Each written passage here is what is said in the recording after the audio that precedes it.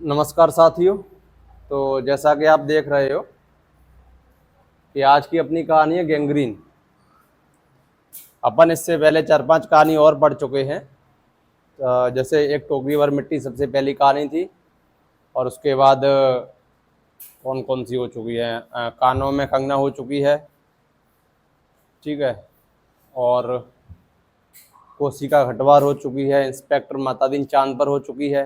तो इस तरह से अपन 4-5 कहानी कर चुके हैं। आज अपनी अगली कहानी है जिसका नाम है गैंग्रीन, यानी कि रोज। गैंग्रीन जो कहानी है उसी का नाम रोज है। एक ही कहानी है, बस नाम अलग अलग है। मतलब रोज है तो गैंग्रीन है, और गैंग्रीन ही रोज है, एक ही कहानी है। पहले इसको रोज कहा जाता था, मतलब ऐसा नहीं है कि रोज ही कहा जाता था, मतलब रोज कहा जाता था इस कहानी को।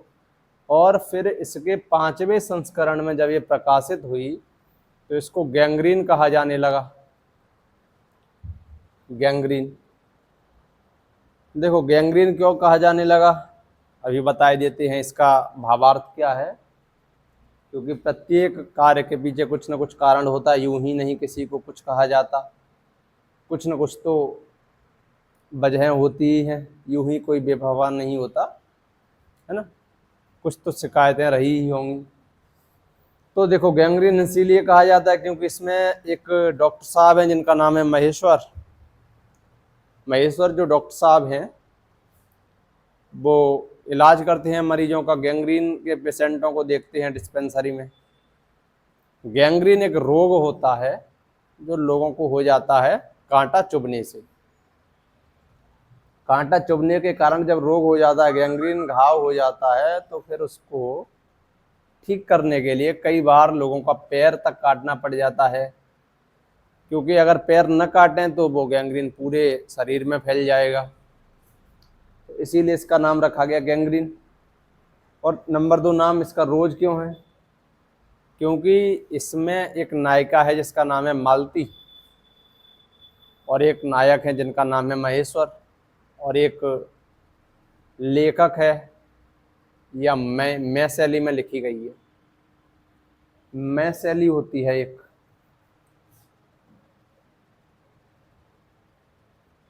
मैं शैली, मैं शैली में लिखी गई है।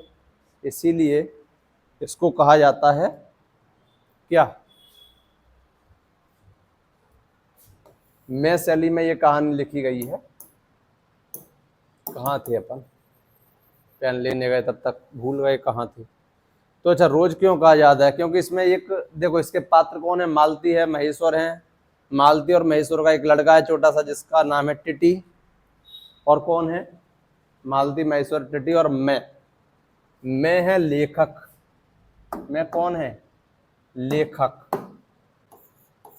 मैं, चूंकि ये मैं शैली में है तो मैं जहां शब्द आए समझ जाना कि लेखक कह रहा है। दरअसल लेखक और मालती का ही संवाद चलता है। लेखक मालती का रिश्ते में भाई लगता है, लेकिन उनमें दोस्ताना भाव ज़्यादा है।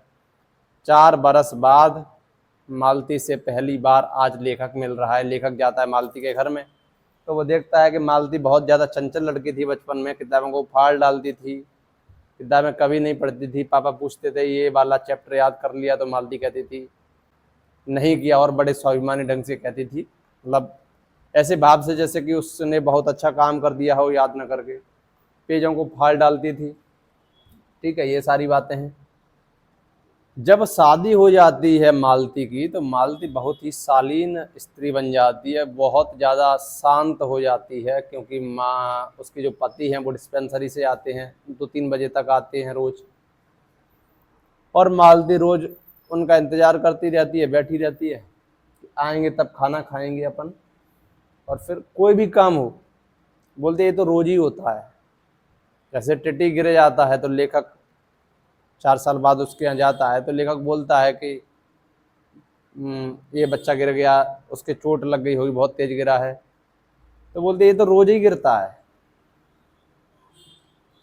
मच्छर खा रहे हैं, जो खाट है, जो पलंग है वो अंदर है।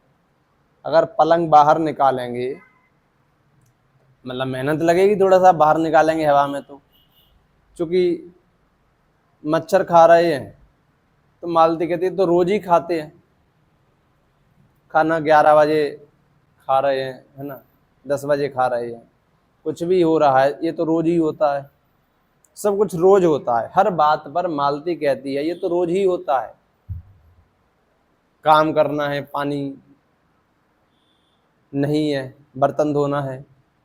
तो वो पूछता है लेखक, जो रिश्ते में भाई लगता है मालती का, मालती कहते हैं रोज ही नहीं रहता है पानी, मतलब हर बात में उसको रोज बोलना है कि रोज नहीं होता है, कुछ नहीं होता है, सब रोज रोज रोज।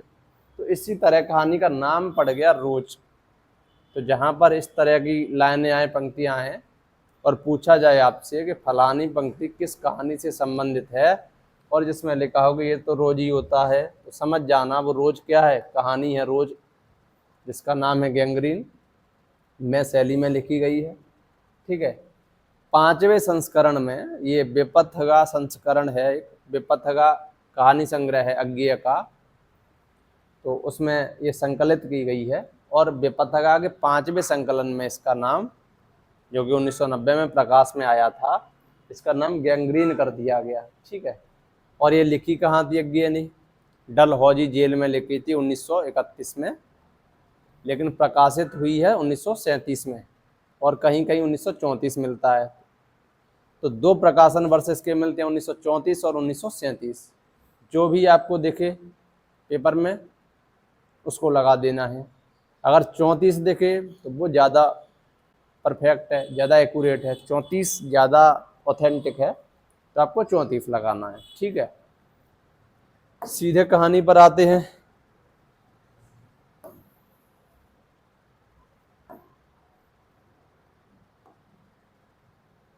कहानी पर आइए।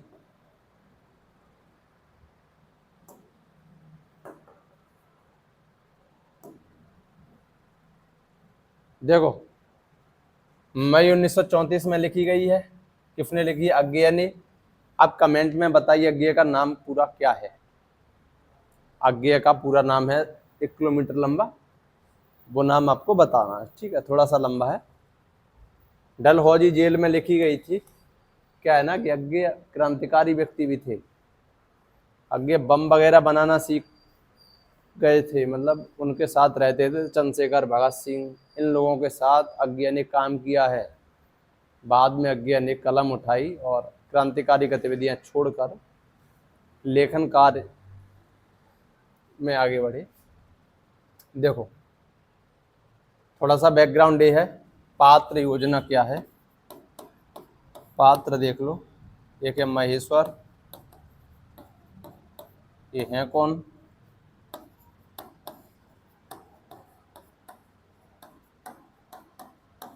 मालती के पति, एक है मालती, और इन दोनों का जो लड़का है उसका नाम है, इन दोनों का जो पुत्र है उसका नाम है टिटी, और एक व्यक्ति है मैं है लेखक, और ये मैं शैली में लिखी गई है। ठीक है, तो जो लेखक है वो जाता है अपनी बहन के घर, जो दूर का भाई है, रिश्ते में मालती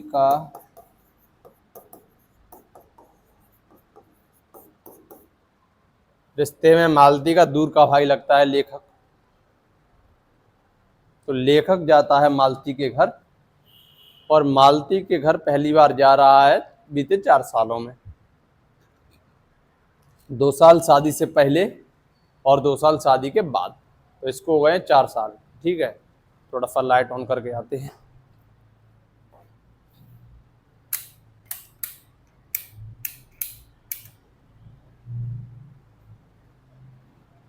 चलिए, तो इसको हो गई है 4 साल है।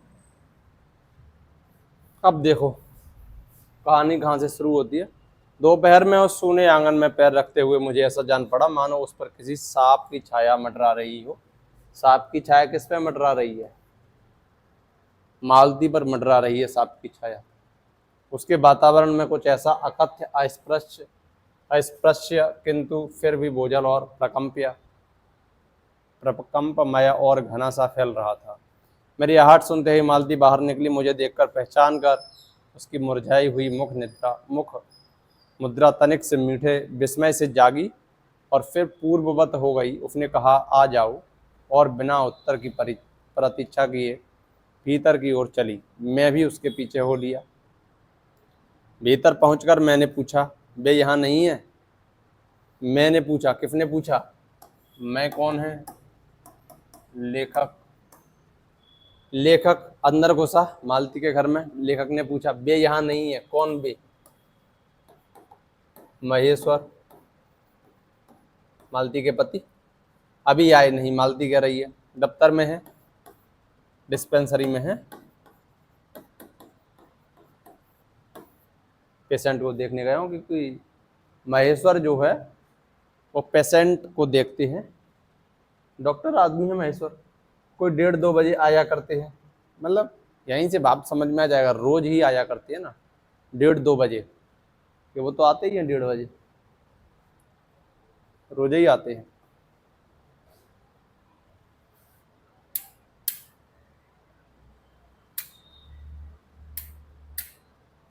ठीक है, वो तो रोज ही आते हैं इस तरह का। आगे देखो, कब के गए हुए हैं? कौन पूछता है? लेखक पूछता है। लेखक, कब के गए हुए हैं? सवेरे उठते ही चले जाते हैं, मालती कहती है। मैं हूं कहकर पूछने को एहसास हुआ। और तुम इतनी देर क्या करती रहती हो? लेखक पूछ रहा है। फिर सोचा, आते ही एकाएक प्रश्न ठीक नहीं है। मैं कमरे के चारों ओर देखने लगा। मतलब लेखक ने कहा कि अचानक बहुत सारे प्रश्न करना, पहली बार आया हूँ 4 साल में, कहीं मालती को कुछ बुरा ना लगे, इसलिए प्रश्न करना ठीक नहीं है। और चारों ओर देखने लगा। मालती एक पंखा उठा लाई और मुझे हवा करने लगी। मैंने आपत्ति करते हुए कहा, नहीं नहीं, मुझे कुछ नहीं चाहिए। पर वह नहीं मानी। बोली, वाह वाह, चाहिए कैसे नहीं, इतनी धूप में तो आई हो यहाँ तो। मैंने कहा, अच्छा लाओ, मुझे दे दो। मतलब खातिरदारी होती है ना, थोड़ा सा मेहमानी टाइप की, मेहमान नवाजी। वह शायद ना करने वाली थी, पर तभी दूसरे कमरे से शिशु के रोने की आवाज़ सुनकर उसने चुपचाप पंखा मुझे दे दिया और घुटनों पर हाथ टेक कर एक थकी हुई हूँ करके उठी और भीतर चली गई। ठीक है, शिशु के रोने की आवाज़ आने लगी। शिशु कौन है? टिट्टी, लड़का है छोटा सा, 1-1.5 साल का, मालती का। मैं उसके जाते हुए दुबले शरीर को देखकर सोचता रहा, यह क्या है? यह कैसी छाया सी इस घर पर छाई हुई है? क्या है ना, क्योंकि जब बचपना था, जब शादी नहीं हुई थी, तब मालती बहुत शैतान लड़की थी और अब एकदम से सीरियस हो गई है।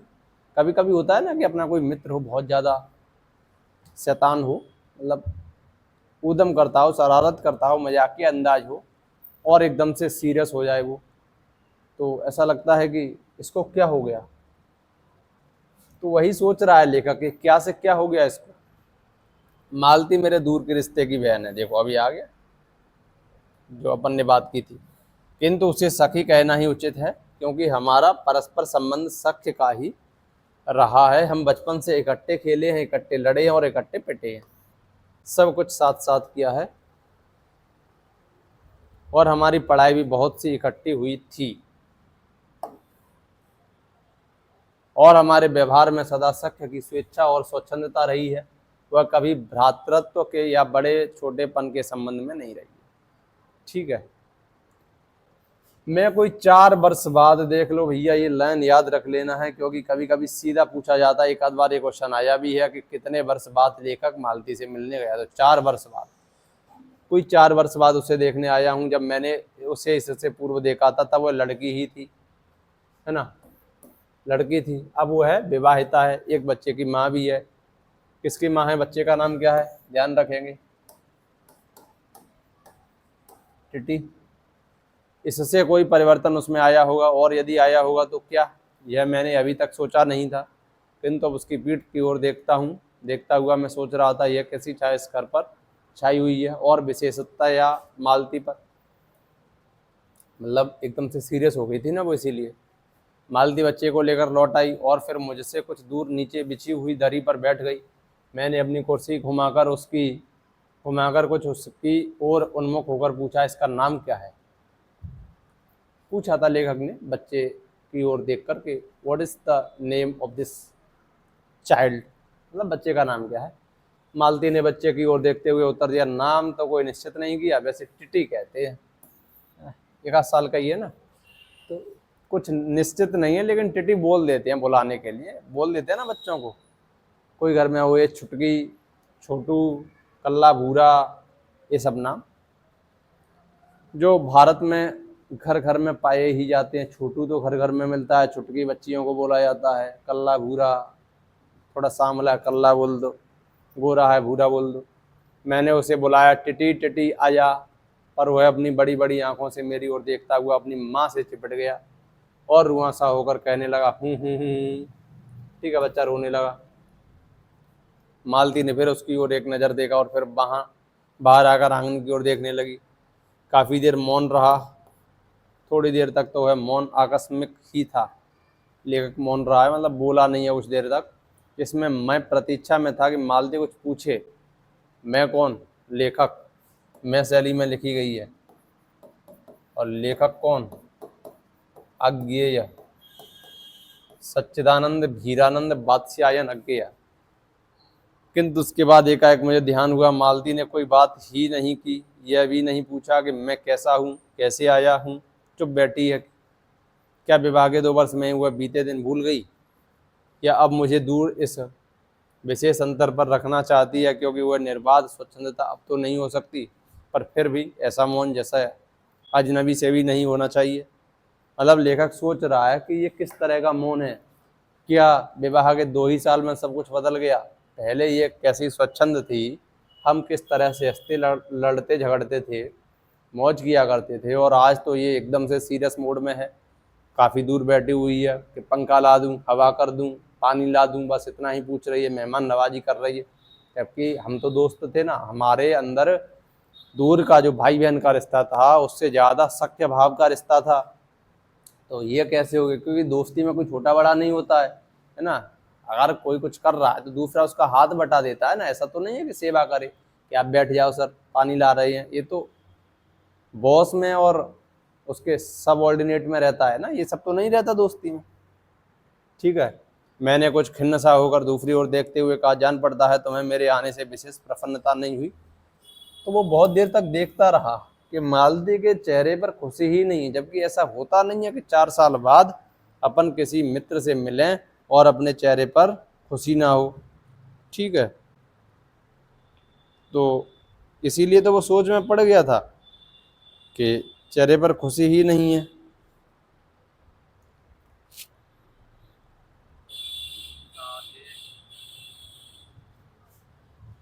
ठीक है, तो वो पूछ ही लेता है कि जान पड़ता है कि तुम्हें मेरे आने से बहुत ज़्यादा प्रसन्नता नहीं हुई। उसने एकाएक चौंक कर कहा, हूँ। ठीक है, तो एकाएक चौंक कर कहा, यह हूँ प्रश्न सूचक था, मतलब ऐसे, हाँ, मतलब कुछ पूछने के उद्देश्य से की गई हूँ। किंतु इसीलिए नहीं कि मालती ने मेरी बात सुनी नहीं थी, केवल विस्मय के कारण। इसलिए मैंने अपनी बात दोहराई नहीं, चुप बैठा रहा। मालती कुछ बोली ही नहीं। तब थोड़ी देर बाद मैंने उसकी ओर देखा। वह एक टक मेरी ओर देख रही थी, किंतु मेरे उधर उन्मुख होते ही उसने आंखें नीची कर लीं। फिर भी मैंने देखा, उन आंखों में कुछ विचित्र सा भाव था, मानो मालती के भीतर कहीं कुछ चेष्टा कर रहा हो, किसी बीती हुई बात को याद करने की, किसी बिखरे हुए वायुमंडल को पुनः जगाकर गतिमान करने की, किसी टूटे हुए व्यवहार तंत्र को पुनर्जीवित करने की और चेष्टा में सफल न हो रहा हो। वैसे जैसे देर से प्रयोग में न लाए हुए अंग को व्यक्ति एकाएक उठाने लगे और पाए कि वह उठता ही नहीं है।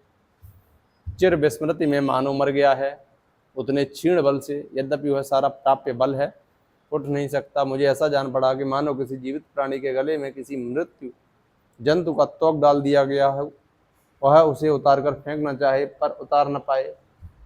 मतलब लेखक ये सब सोच रहा है कि पता नहीं कैसी हो गई है मालती, निर्जीव जैसी हो गई है, मृत प्राय लगने लगी है।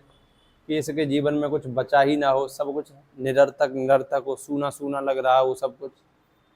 एक अजीब सी प्राणी हो गई है, कैसी हंसती खेलती लड़की थी और विवाह के 2 ही वर्ष में ये किस तरह की हो गई है, तो वो सोच रहा है।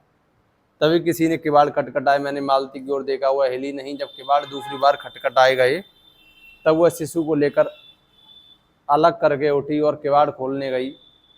अब आ गया महेश्वर। महेश्वर कहाँ से आए हैं? डिस्पेंसरी से। डिस्पेंसरी गए थे ना, डॉक्टर हैं, गैंग्रीन के मरीजों का इलाज करने। एक आध के हाथ पैर काट आए होंगे, क्योंकि गैंग्रीन के इलाज के लिए अगर गैंग्रीन बढ़ जाता है तो हाथ पैर काटने ही पड़ते हैं। तो रोज 2-4 लोगों के हाथ पैर काट देते हैं। पहली बार कोई काटे देखे तो दिक्कत होती है उसको कि छी ये क्या कर रहे हो, लेकिन मालती कहती है तो रोज ही होता है, रोज ही करते हैं, सब कुछ ही रोज हो रहा है। देखो बे यानी मालती के पति आए।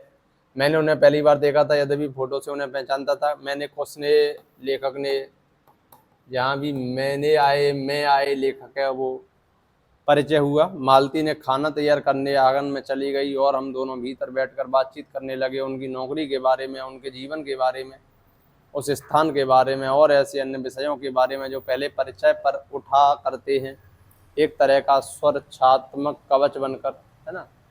मतलब बातें करी, कुछ पूछा कि कैसे हैं भाई साहब, जो भी संबोधन रहा हो लेखक का, तो बातचीत हुई थोड़ी बहुत। मालती के पति का नाम है महेश्वर। देखो भैया पहली बार नाम ये आया है, इनका ध्यान रखना। ये महेश्वर किस कहानी से संबंधित है? वह एक पहाड़ी गांव में सरकारी डिस्पेंसरी के डॉक्टर हैं। उसी हैसियत से इन क्वार्टरों में रहते हैं, क्वार्टर मिला हुआ है उनको। प्रातःकाल 7 बजे डिस्पेंसरी चले जाते हैं या और 1:30 या 2 बजे लौटते हैं। उसके बाद दोपहर भर छुट्टी रहती है, केवल शाम को 1-2 घंटे फिर चक्कर लगाने चले जाते हैं डिस्पेंसरी के साथ के छोटे से अस्पताल में पड़े हुए रोगियों को देखने और अन्य जरूरी हिदायतें करने। ठीक है। मालती हम दोनों के लिए खाना ले आई। मैंने पूछा तुम नहीं खाओगी? मैंने पूछा मतलब लेखक ने पूछा, या खा चुकी? महेश्वर बोले कुछ हंसकर, वह पीछे खाया करती हैं। आमतौर पर भारतीय जनमानस में देखा जाता है कि स्त्रियां पति के खाने के बाद खाना खाया करती हैं। तो ये कहानी तो 1934 की है, आज से लगभग 90 साल पुरानी कहानी है, 90-92 साल। तो पीछे ही खाती होंगी और अभी भी ऐसा है, देहाती क्षेत्रों में है ऐसा, जहाँ पर पर्याप्त शिक्षा नहीं है तो वो पीछे ही खाना खाया करती हैं, भले ही वो 4 घंटे बाद 8 घंटे बाद ही क्यों ना आए। महिलाएं खाना खाती नहीं। पति परमेश्वर हैं उनके और पति को परमेश्वर मानती हैं कि पहले पति परमेश्वर की पूजा, बाद में काम दूजा। जबकि चीज़ें बदल भी रही हैं, ऐसा नहीं है। पति 2:30 बजे खाना खाने आते हैं, इसलिए पत्नी 3 बजे खाती हैं। 3 बजे तक 3 बजे तक भूखी बैठी रहेंगी। विस्मय से पूछ रहा है, ये अपने आप मन में पूछ रहा है कि पति 2:30 बजे आएंगे तो क्या पत्नी 3 बजे तक भूखी बैठी रहेगी? ये कहाँ की परंपरा, ये कहाँ का नियम है? अगर किसी दिन पति के खाने की इच्छा न हुई तो पत्नी क्या करेगी? भैया व्रत पति का है तो पत्नी तो खाएगी ना, मतलब एक व्यक्ति का है तो दूसरा तो खा ही सकता है। तो पूछ रहा है अपने आप से।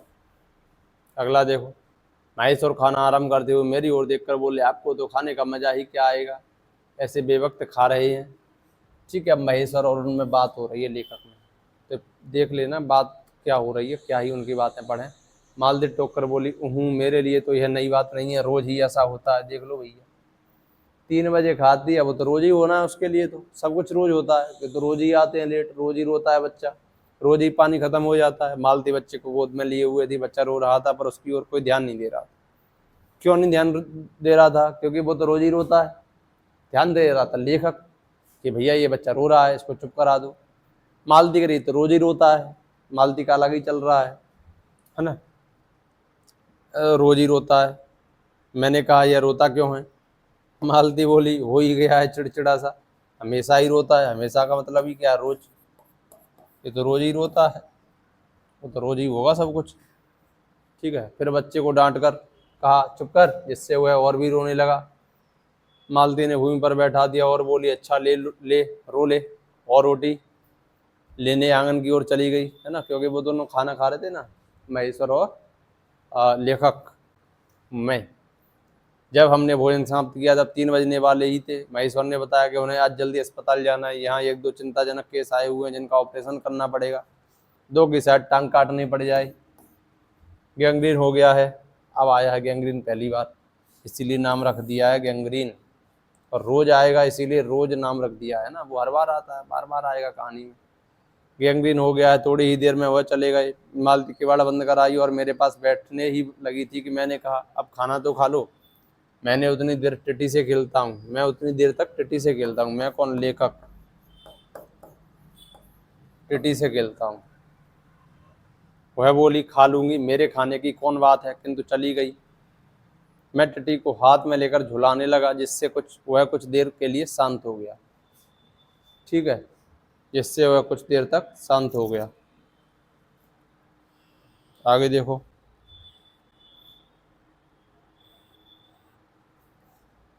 आगे देखो क्या है, जिससे वह कुछ देर तक शांत हो गया। ठीक है, दूर शायद अस्पताल में ही 3 खड़के, एकाएक मैं चौंका। मैंने सुना मालती वहीं आंगन में बैठी अपने आप ही एक लंबी सी थकी हुई सांस के साथ कह रही है 3 बज गए। मतलब एकदम से 3 बज गए, मतलब बहुत गहरी सांस ली। 3 बज गए मतलब अब वो खाना खा लेगी। मालती के पति और लेखक ने खाना खा लिया है, तो वो कह रही है 3 बज गए, मानो बड़ी तपस्या के बाद कोई कार्य संपन्न हो गया। 3 बजने का मतलब क्या है? जब वो खाना खा लेगी। थोड़ी ही देर में मालती फिर आ गई। मैंने पूछा तुम्हारे लिए कुछ बचा भी था? लेखक पूछ रहा है। सब कुछ तो बहुत था। हाँ बहुत था, भाजी तो सारी मैं ही खा गया था। बचा वहाँ बचा कुछ होगा नहीं, क्यों ही रौब तो न जमाओगी? बहुत था, मैंने हंसकर कहा। मालती कह रही बहुत था, मैंने खा लिया। वो कह रहा क्या बचा था? सब कुछ तो हम ही लोग खा गए थे, तुम्हारे लिए क्या बचा था? मालती मानो किसी और विषय की बात कहती ही बोली, यहाँ सब्जी वब्जी तो कुछ होती नहीं है, कोई आता जाता है तो नीचे से मंगा लेते हैं। मुझे आए 15 दिन हुए हैं, जो सब्जी साथ लाए थे वही अभी बरती आ रही है। मतलब 15 दिन से वो सब्जी लेने ही नहीं गई। मतलब बहुत ज़्यादा आलसी, निरर्थक, मतलब ऐसा हो जाता ना आदमी, चिड़चिड़ा टाइप का, कुछ मतलब ही नहीं है, जो मिला सो खाया, खाया ना खाया तो ना खाया, इस तरह का आदमी। और ये वो ऊपर से बोल देते हैं ये तो रोज ही होता है, रोज ही सब्जी बनती है, तो मतलब हमेशा रोज ही होता है, सब कुछ रोज हो रहा है। मैंने पूछा नौकर कोई नहीं है, मतलब सब्जी वब्जी लाने के लिए? कोई ठीक मिला नहीं, शायद 1-2 दिन में हो जाए। बर्तन भी तुम ही मांजती हो? पूछ रहा है लेखक। और कौन? क्या अगर मालती क्षण भर आंगन में जाकर लौट आई। मैंने पूछा कहाँ गई थी? आज पानी ही नहीं है, बर्तन कैसे मांजेंगे? मालती कह रही है। क्यों, पानी को क्या हुआ? लेखक रोज ही होता है, ये हो गया रोज, इसीलिए तो कहानी का नाम है रोज। कभी वक्त पर तो आता नहीं है, आज शाम को 7 बजे आएगा, तब बर्तन मजेंगे, तब तक बैठे रहेंगे मतलब बर्तन के लिए। चलो तुम्हें 7 बजे तक छुट्टी हुई, मतलब 7 बजे तक छुट्टी हुई तुम्हारी तो? लेखक कह रहा है क्योंकि 7 बजे पानी आएगा इसीलिए। कहते हुए मैं मन ही मन सोचने लगा अब इसे रात के 11 बजे तक काम करना पड़ेगा, छुट्टी क्या खा कोई? ये मन में कह रहा है लेखक। ऊपर से क्या कह रहा था? 7 बजे तक तुम फ्री हो गई, लेकिन उसको पता है अभी तो इसको बहुत सारा काम करना है। 11 बजे तक होगी बेचारी फ्री, तब सोएगी। यही उसने कहा। मेरे पास कोई उत्तर नहीं था, पर मेरी सहायता टिटी ने की। एकाएक फिर रोने लगा और मालती के पास जाने की चेष्टा करने लगा। मैंने उसे दे दिया। थोड़ी देर फिर मौन रहा। मैंने जब जेब से अपनी नोटबुक निकाली और पिछले दिनों के लिखे हुए नोट देखने लगा, तब मालती को याद आया कि उसने मेरे आने का कारण पूछा नहीं, और बोली यहाँ आई कैसे? ठीक है, लेखक बता रहा है कि तुमसे मिलने ही आया था। और क्या करने, 1-2 दिन रहोगे ना? मालती पूछती है। नहीं, कल चला जाऊंगा, जरूरी जाना है, लेखक कहता है। ठीक है, फिर देखो क्या होता है। थोड़ी देर बाद मुझे ध्यान हुआ कि मैं आया तो हूँ मालती से मिलने, किंतु यहाँ वह बात करने को बैठी है और मैं पढ़ रहा हूँ, पर बात भी क्या की जाए। मुझे ऐसा लग रहा था कि इस घर पर जो छाया घिरी हुई है वह अज्ञात रहकर भी मानो मुझे बस में न कर रही हो।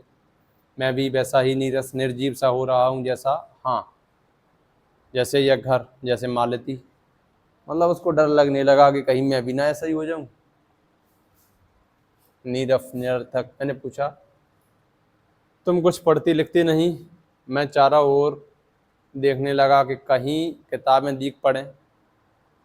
यहाँ कहकर मालती थोड़ा सा हंस दी। वह हंसी कह रही थी, यहाँ पढ़ने को है क्या? मैंने कहा, अच्छा, मैं वापस जाकर जरूर कुछ पुस्तकें भेज दूंगा। और वार्तालाप फिर समाप्त हो गया। अब यही सीरियस मूड वाली बातें हो रही हैं दोनों में। आगे देखो, थोड़ी देर बाद मालती ने फिर पूछा, आए कैसे हो, लारी में या पैदल?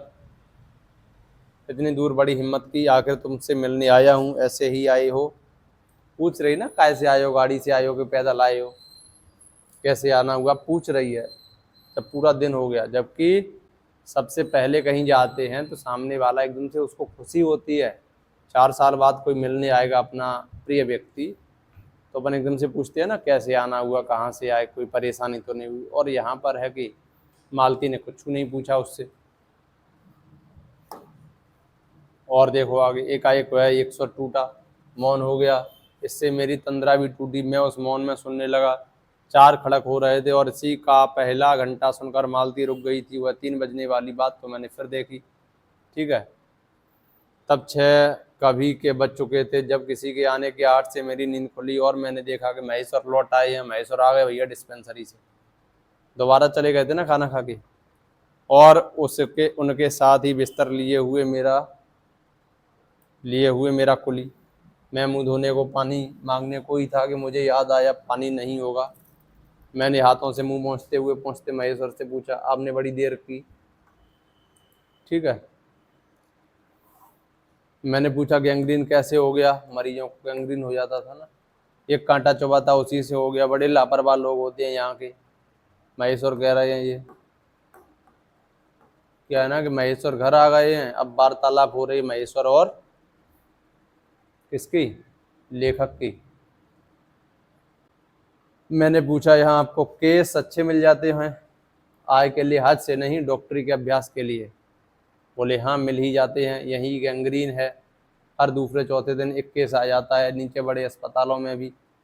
मालती आंगन से ही सुन रही थी, अब आ गई। बोली, हाँ, केस बताते देर क्या लगती, कांटा चुभा था, इस पर टांग काटनी पड़े, यह भी कोई डॉक्टरी है? मालती कह रही है, थोड़ा सा कांटा क्या चुभ गया और ये तो टांग ही काट देते हैं, ये क्या डॉक्टरी है?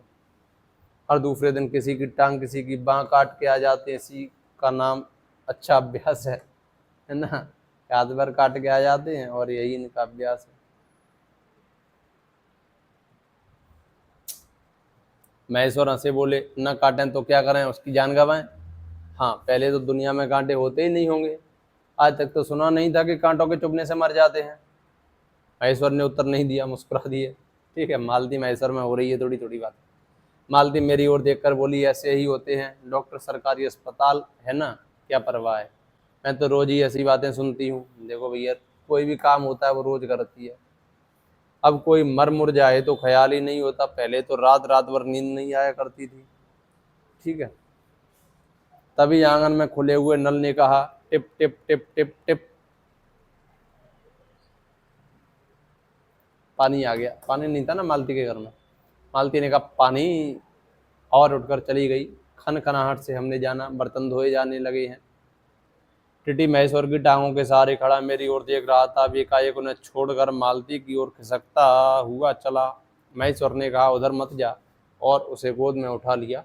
पर मचलने और चिल्ला चिल्ला कर रोने लगा। महेश्वर बोले, अब रो रो कर सो जाएगा तभी घर में चैन होगी। मैंने पूछा, आप लोग भीतर ही सोते हैं? गर्मी तो बहुत होती है। होने को तो मच्छर भी बहुत हैं, पर लोहे के पलंग उठाकर बाहर कौन ले जाए? अब के नीचे जाएंगे तो चारपाइयाँ ले आएंगे। फिर कुछ रुक कर बोले, आज तो बाहर ही सोएंगे, आपके आने से इतना लाभ ही होगा, है ना? मतलब कौन मेहनत करे, पलंग वलंग उठा के कौन ले जाए? टिट्टी अभी तक रोता ही जा रहा था। महेश्वर ने उसे एक पलंग पर बिठा दिया और पलंग बाहर खींचने लगे। मैंने कहा, मैं मदद करता हूँ, और दूसरी ओर से पलंग उठाकर निकलवा दिए। अब हम तीनों, महेश और टिड्डी और मैं, दो पलंगों पर बैठ गए और वार्तालाप के लिए उपयुक्त विषय न पाकर उसी कमी को छुपाने के लिए टिड्डी से खेलने लगे। बाहर आकर वह कुछ चुप हो गया था, किंतु बीच बीच में जैसे एकाएक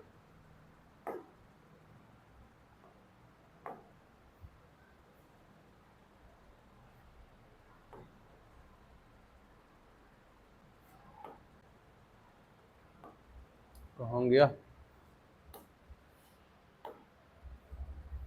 जैसे एकाएक भूला हुआ कर्तव्य याद करके रो उठता, या और फिर एकदम चुप हो जाता, और कभी कभी हम हंस पड़ते थे या महेश्वर उसके बारे में कुछ बात कह देते।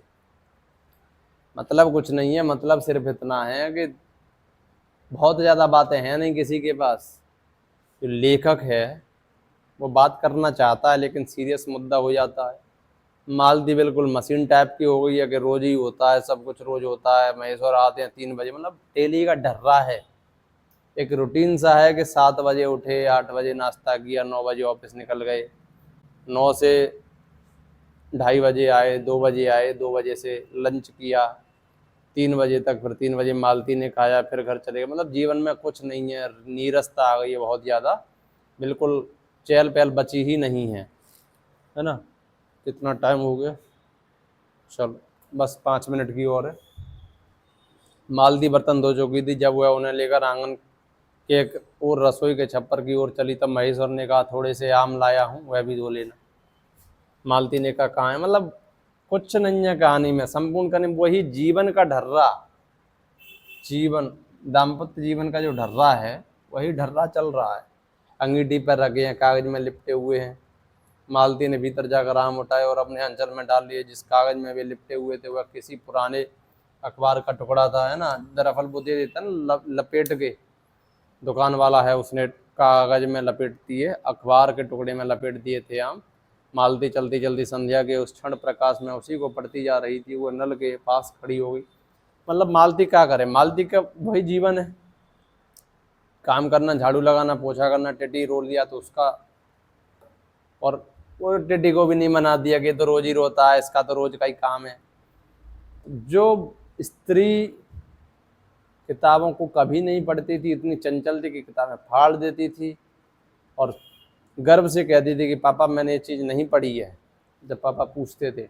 आज अखबार के टुकड़े को पढ़ रही है। कौन सा अखबार का टुकड़ा? जो आम में लपेट कर आया हुआ है। ठीक है, पढ़ती जा रही थी।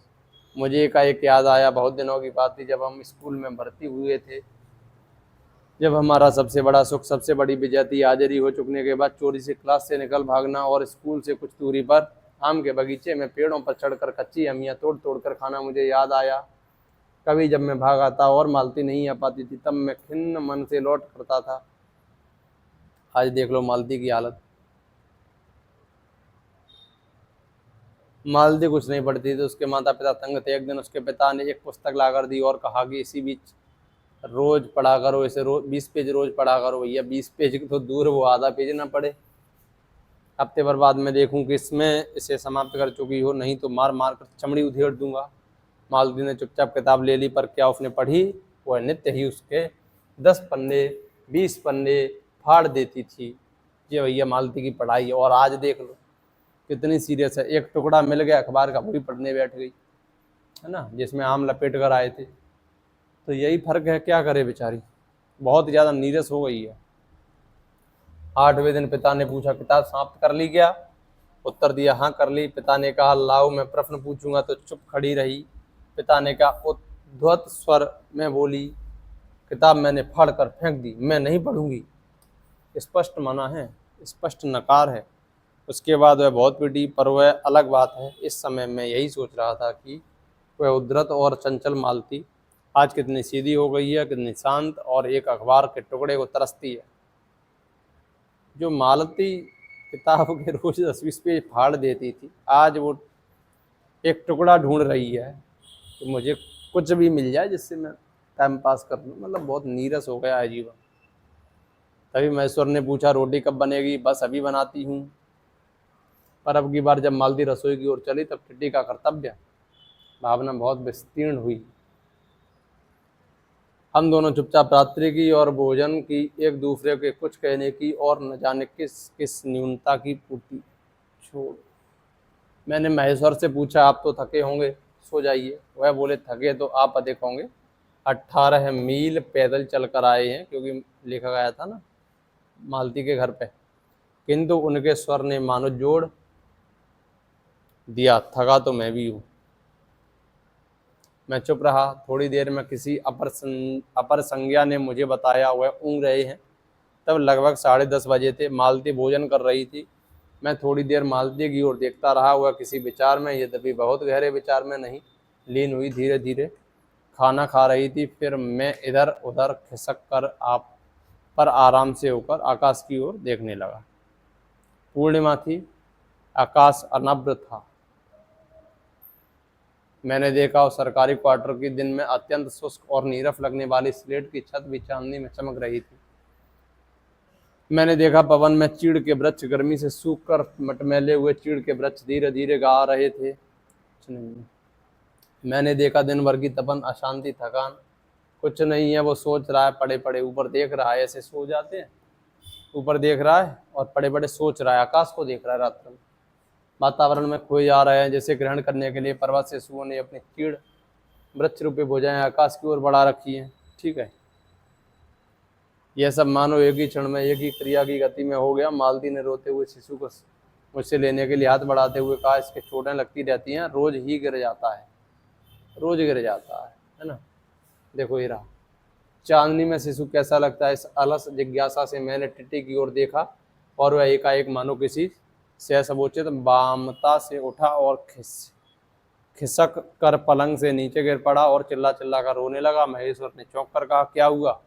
मैं झपट कर उसे उठाने दौड़ा। मालती रसोई से बाहर निकल आई। मैंने उस खट शब्द को याद करके धीरे से करुणा भरे स्वर में कहा, चोट लग गई है बहुत बेचारे को। और मालती कह रही है, कौन कह रही है? माँ कह रही है। माँ का हृदय देखिए, माँ की ममता बहुत अपार होती है, लेकिन यहाँ पर माँ कैसी हो गई है? बहुत ही नीरस हो गई है, जीवन से हताश, जीवन से निराश, और शादी के मात्र 2 साल के अंदर। विडम्बना है, सोचने वाली बात है। रोज ही गिरता है ये, और कह रही है। ठीक है, अगला पेज देखा, लास्ट ही होगा संभवतः। हाँ, खत्म हो गई कहानी। और तब एकाएक मैंने जाना कि वह भावना मिथ्या नहीं है। मैंने देखा कि सचमुच उस कुटुंब में कोई गहरी भयंकर छाया कर गई है। उसके जीवन में इस पहले ही यौवन में घुन की तरह लग गई है। उसका इतना अभिन्न अंग हो गई है कि वे उसे पहचानते ही नहीं, उसी की परिधि में घिरे हुए चले जा रहे हैं। इतना ही नहीं, मैंने उस छाया को देख भी लिया। किसी सांप की छाया समझता है? कौन? लेखक।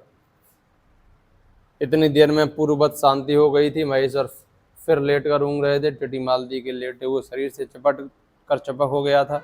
यद्यपि कभी एक आध सिसकी उसके छोटे से शरीर को हिला देती थी। मैं भी अनुभव करने लगता था कि बिस्तर अच्छा सा लग रहा है। मालती चुपचाप ऊपर आकाश में देख रही थी, किंतु क्या चंद्रिका को या तारों को। तभी 11 का घंटा बजा। मैंने अपनी भारी हो रही पलकें उठाकर अकस्मात किसी अपभ्रष्ट अस्पष्ट प्रतीक्षा से मालती की ओर देखा। 11 के पहले घंटे की खड़कन के साथ ही मालती की छाती एकाएक फप्पोले की भांति उठी और धीरे धीरे बैठने लगी, और घंटा ध्वनि के कंपन के साथ ही मुंह खो जाने वाली आवाज में उसने कहा, 11 बज गए। कहानी हुई समाप्त। कहानी की मूल थीम यही है कि जीवन बहुत नीरस है मालती का। आपको याद ये रखना है कब प्रकाशित हुई, तो 1934, डलहौजी जेल। आज्ञा इसके रचयिता हैं। 1934 में प्रकाशित होती है। बेपतगा काव्य संग्रह है। ठीक है, और रोज नाम क्यों है कि सब कुछ रोज होता है, कि ये तो रोज ही होता है।